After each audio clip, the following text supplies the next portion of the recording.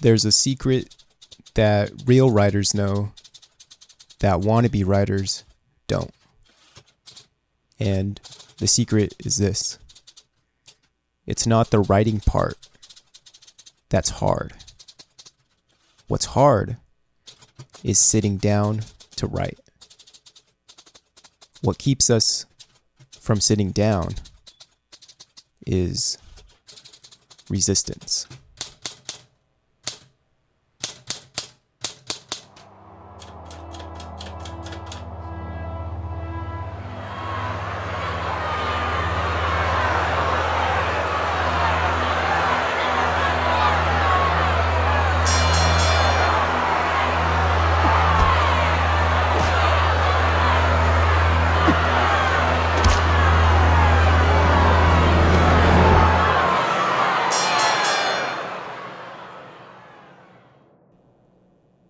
That quote and the entire concept of resistance I got from The War of Art by Steven Pressfield, a book so good even your dog will want a piece.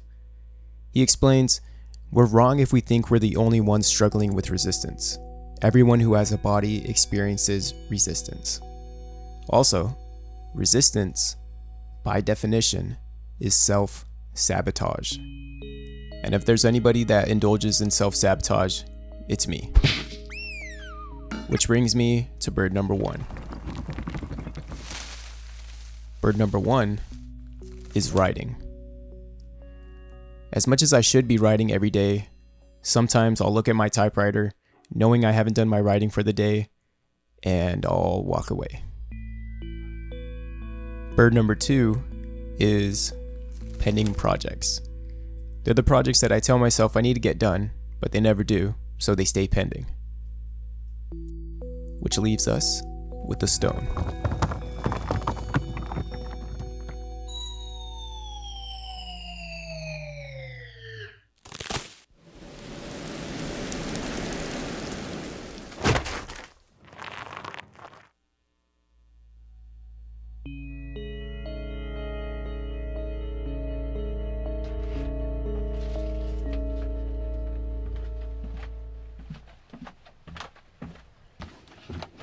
This old director's chair is one of my pending projects.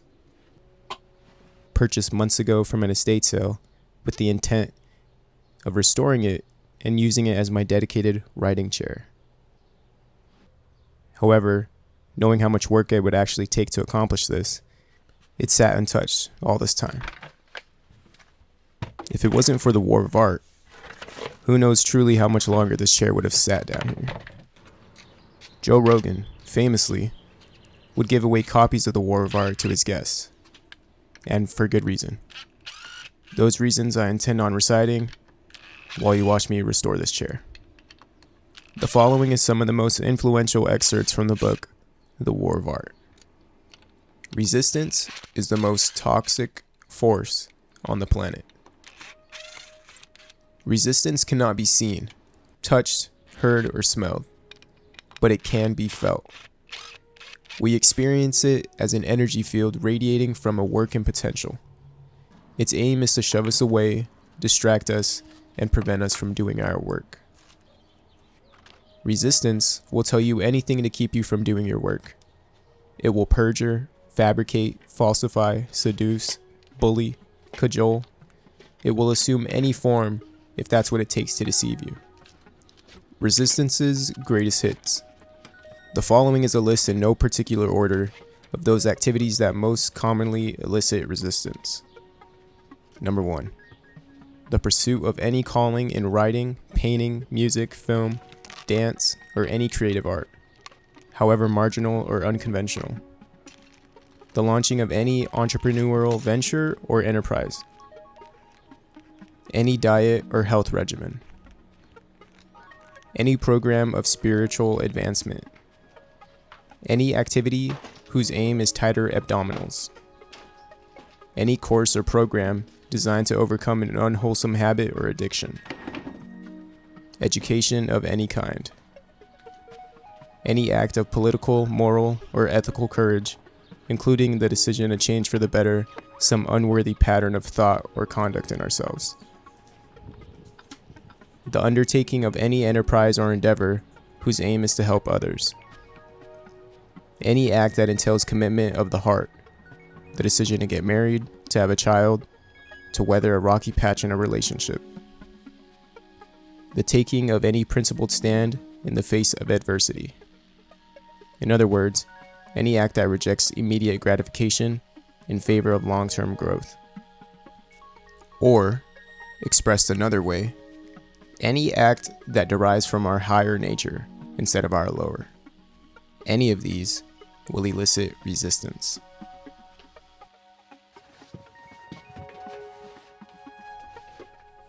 Procrastination is the most common manifestation of resistance because it's easiest to rationalize. We don't tell ourselves, I'm never going to write my symphony.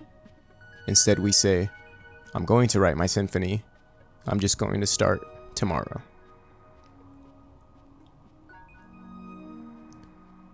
Resistance has no strength of its own.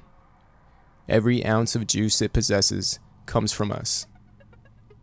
We feed it with power by our fear of it. Master that fear, and we conquer resistance.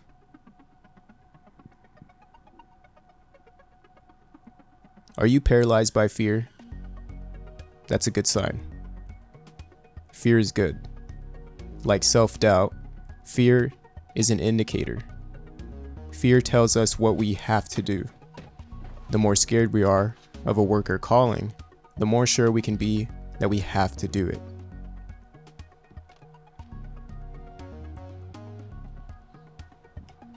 What does resistance feel like? First, unhappiness. We feel like hell. A low-grade misery pervades everything. We're bored. We're restless. We can't get no satisfaction. There's guilt, but we can't put our finger on the source. We want to go back to bed. We want to get up and party. We feel unloved and unlovable. We are disgusted. We hate our lives, and we hate ourselves. So, how do we conquer this fear? Can resistance even be beaten? If resistance couldn't be beaten, there would be no Fifth Symphony, no Romeo and Juliet, and no Golden Gate Bridge. People and artists defeated by resistance share one trait. They all think like amateurs. They have not yet turned pro. Think of being a pro as an ideal. The amateur plays part-time.